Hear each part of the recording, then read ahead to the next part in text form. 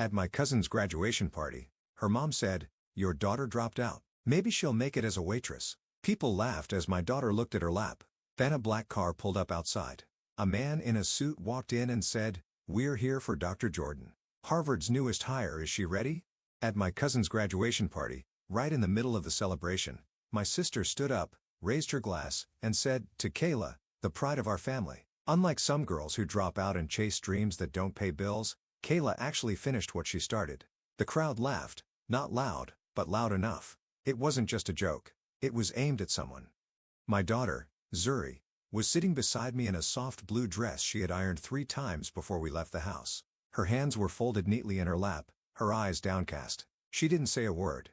I watched her blink twice, hard, like she was willing the tears not to come. I looked across the yard. Balloons everywhere, gold banners that read, "You did it, Kayla." Fancy catered food, little champagne bottles with personalized tags. Doreen, the perfect older sister, the show-off, the nurse practitioner with the designer purse, was glowing like she was the one graduating. And then there was me, the divorced high school English teacher who parked a few blocks away because my car squealed too loudly when I hit the brakes. The mother of the girl who dropped out of MIT, but I wasn't ashamed of Zuri. I never have been. They didn't know what she'd been through. They didn't see her stay up for 36 hours straight working on machine learning models that half her professors couldn't understand. They didn't hear the panic in her voice when she told me she needed to leave MIT, not because she couldn't keep up, but because something didn't feel right, because she wanted to build something real, not just chase degrees. But none of that mattered today. What mattered was the way they laughed, the way they acted like her story was already over. Then, as if the universe was tired of their smug little celebration, a black car pulled up outside the house. It wasn't flashy, just clean and sharp, tinted windows, quiet engine. No one noticed at first until the back door opened and a man in a dark gray suit stepped out. He didn't glance around or hesitate. He walked straight through the open gate, past the pergola, through the balloon arch, and right up to our table. Conversations fell quiet like someone had flipped a switch. He looked at Zuri. "Dr. Zuri Thompson?" Zuri lifted her head. Her expression didn't change. She stood slowly and nodded. "Yes," she said. The man gave a small respectful nod and spoke again. "We're here on behalf of the Harvard AI Research Initiative. Congratulations. You're officially the youngest hire in the program's history. If you're ready, we'll escort you to the press conference." I don't remember breathing. I watched my sister's lips part, her glass tilting slightly in her hand. Someone let out a sharp gasp, and Kayla froze mid-bite, fork still raised. Zuri tucked her curls behind one ear and looked at me. She didn't smile, but I saw it in her eyes.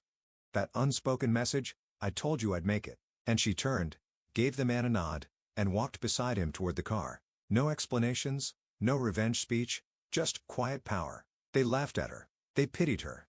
They assumed they knew the end of her story, but they were wrong. They didn't even know what chapter she was on.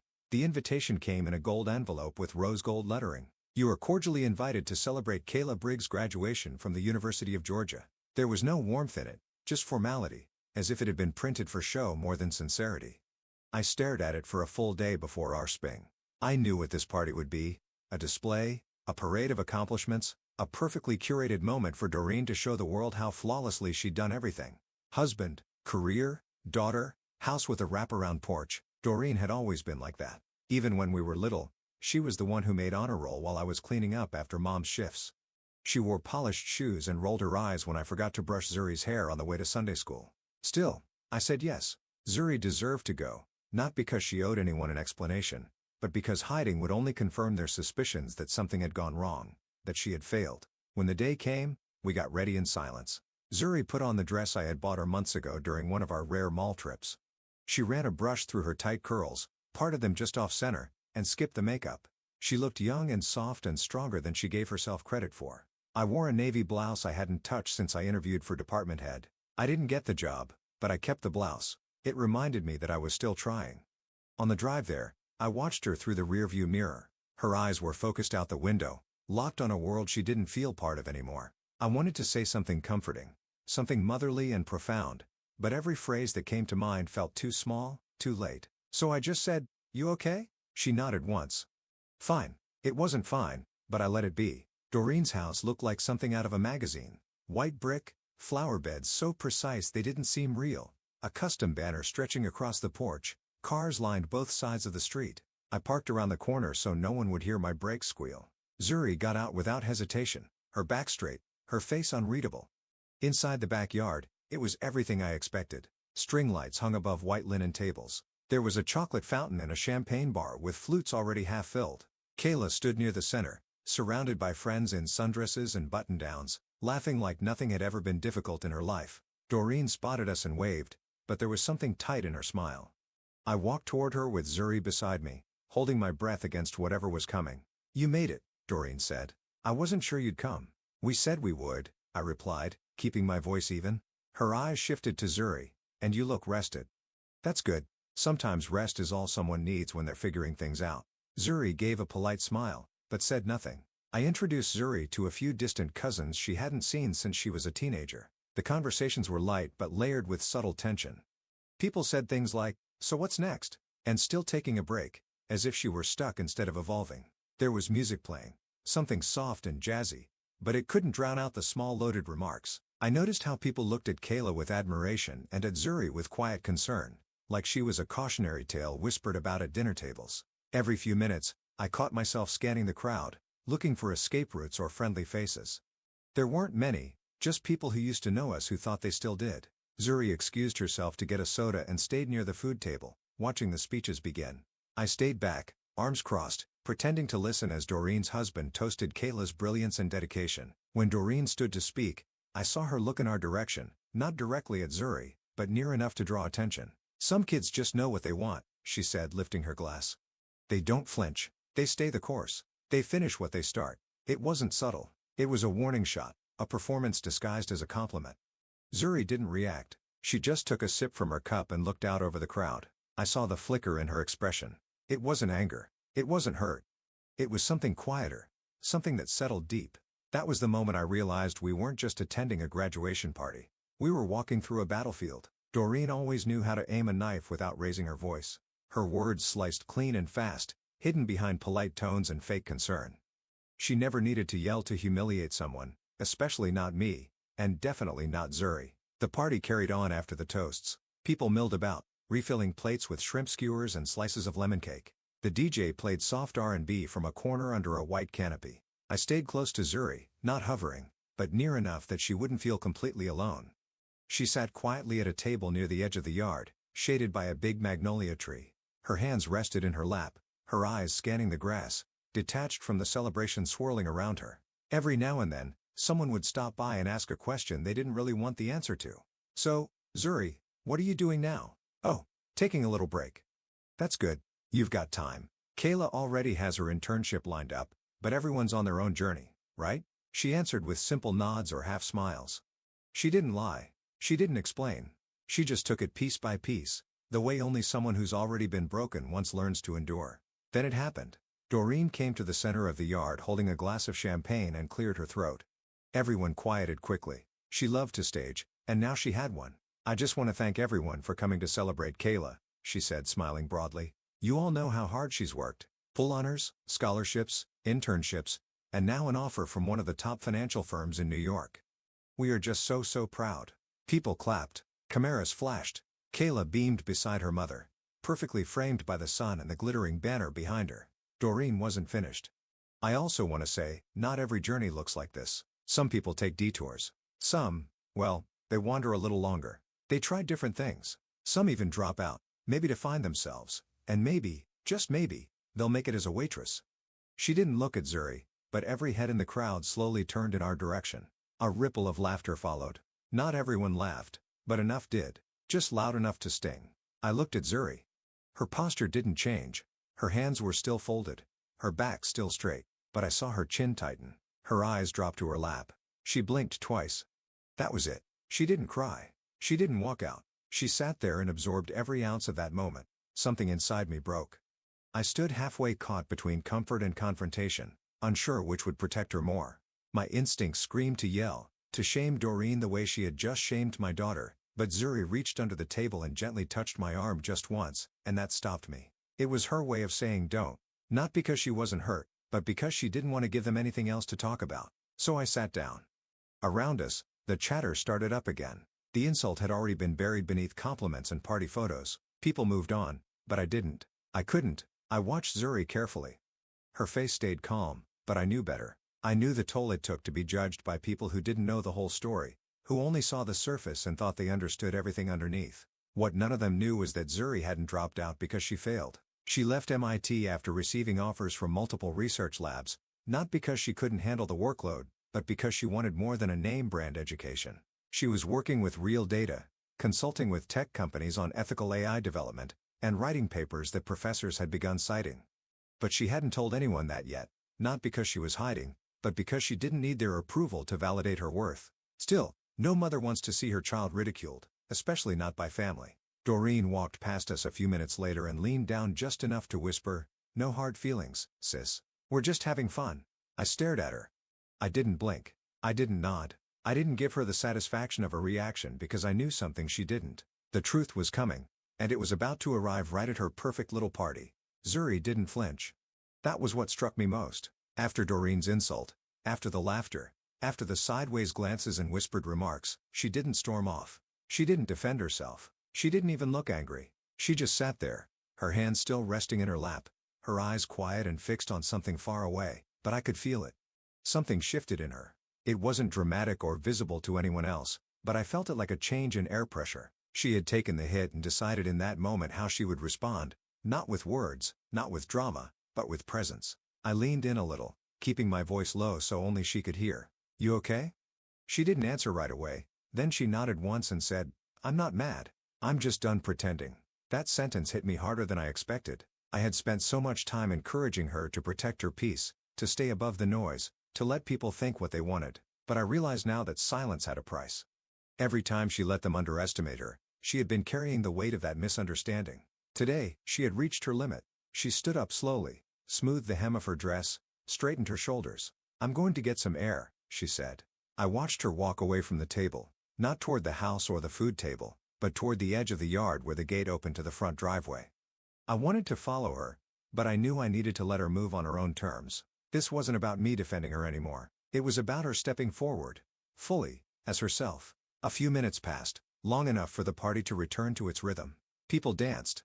Kayla posed for more pictures. Doreen held court with a group of women near the fire pit, telling stories about hospital drama and how much Kayla's internship would pay. Then I heard it. A car engine, low and steady, pulled up in front of the house. It wasn't blasting music or honking.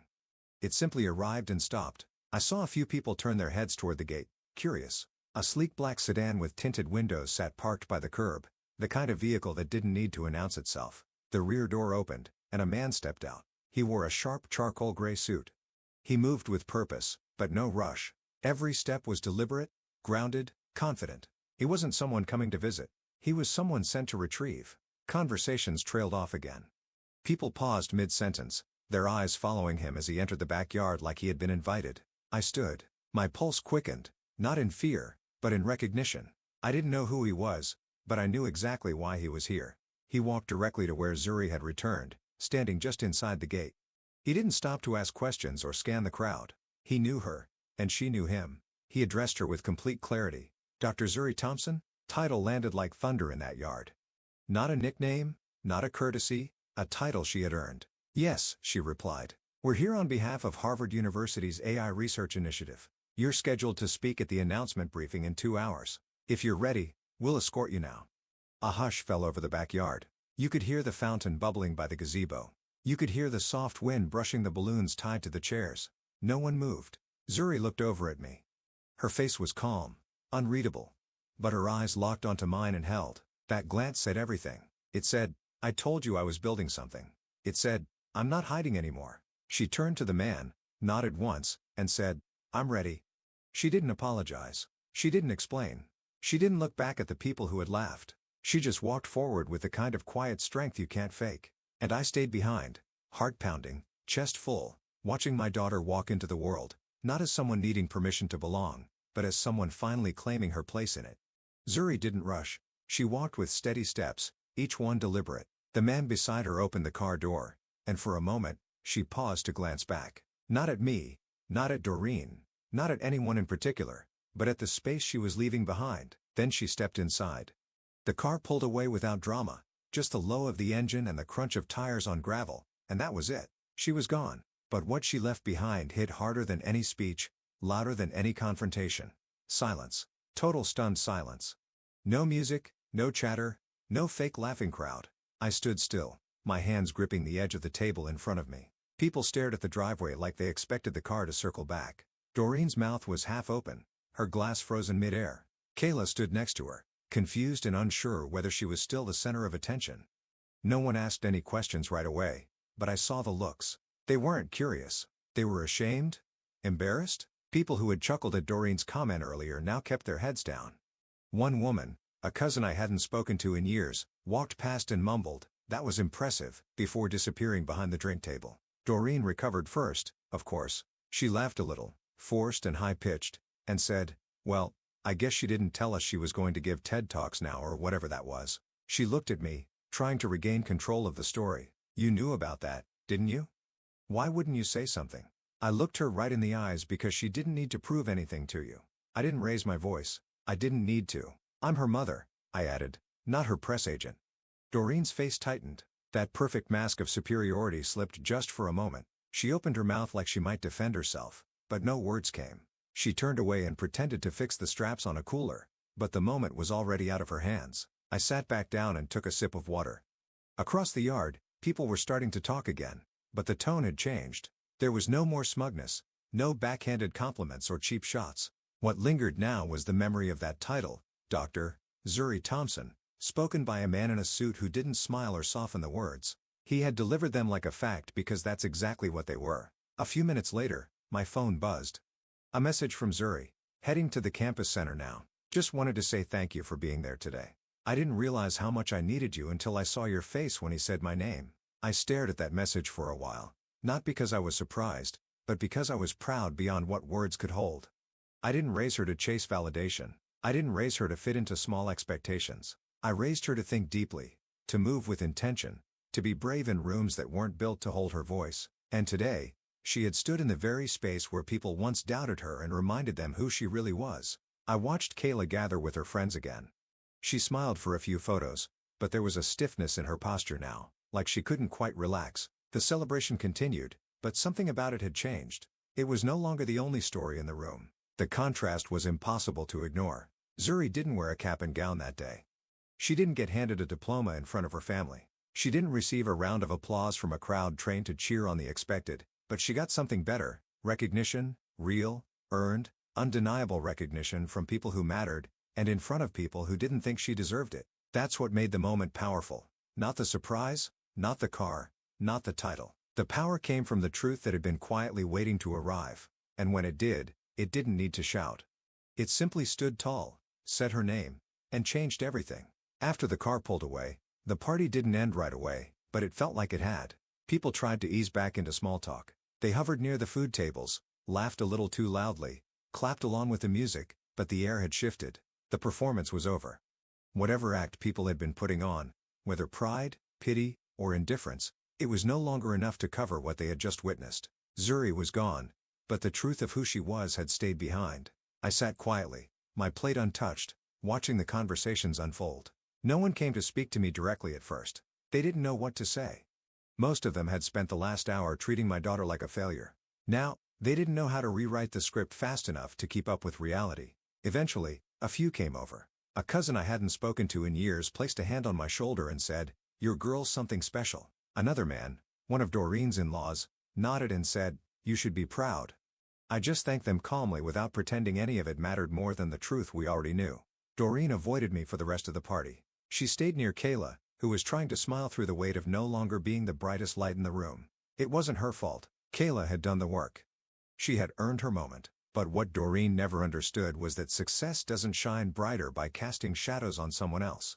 Zuri didn't need to compete. She didn't need to impress anyone. She had already built something more valuable than applause.